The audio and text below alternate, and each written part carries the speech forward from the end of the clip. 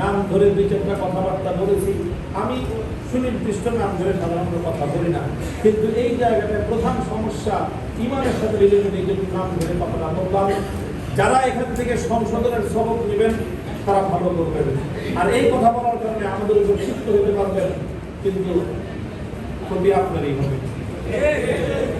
আওয়ামী লীগের লোকজন থাকলে তাদেরকেও পরামর্শ দিচ্ছি, এই এখনো বলি যে এর পরবর্তী আপনাদের যে রিফরমেশনটা হবে, একটা রিফরমেশন ছাড়া তো বাংলাদেশে নতুন করে আপনার কাজ শুরু করতে পারবেন। ওই রিফরমেশনের সময় এই জানটা আপনাদের ওখানে দূর করে দেবে যে এই যে ইসলামের বিজয়ের কথা শুনলে, আলেম ওলামাদের কথা শুনলে ৭৭ গেছস কেন?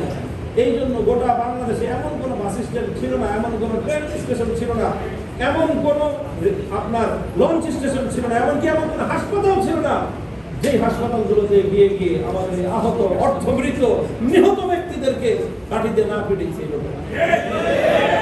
কারণ ওই একটাই যে তোরা কি জন্য এত দূরে কথা বলতে গেছে। এই যে মানসিকতাটা, এটা ভয়ঙ্কর একটা জাত। এই জাতটাকে দূর করে রিফরমেশন করে তারপরে আসেন, জাতি আপনাদেরকে আবার গ্রহণ করবে। আর এই জাত রেখে আবার আসবেন, আবার সংঘাত হবে, এবং সংঘাতে আবারও পরাস্ত হবেন ইনশাআল্লাহ, আবারও পরাস্ত হবে ইনশাআল্লাহ। আর এই জান যেন অন্য কারোর মধ্যে সংক্রমিত না হয়।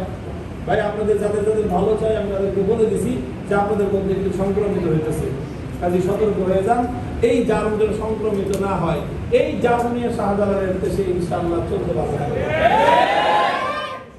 আল্লাহ পাক রব্বুল ইজ্জত আমাদেরকে তৌফিক দান করেন, আমরা যেন এই দেশে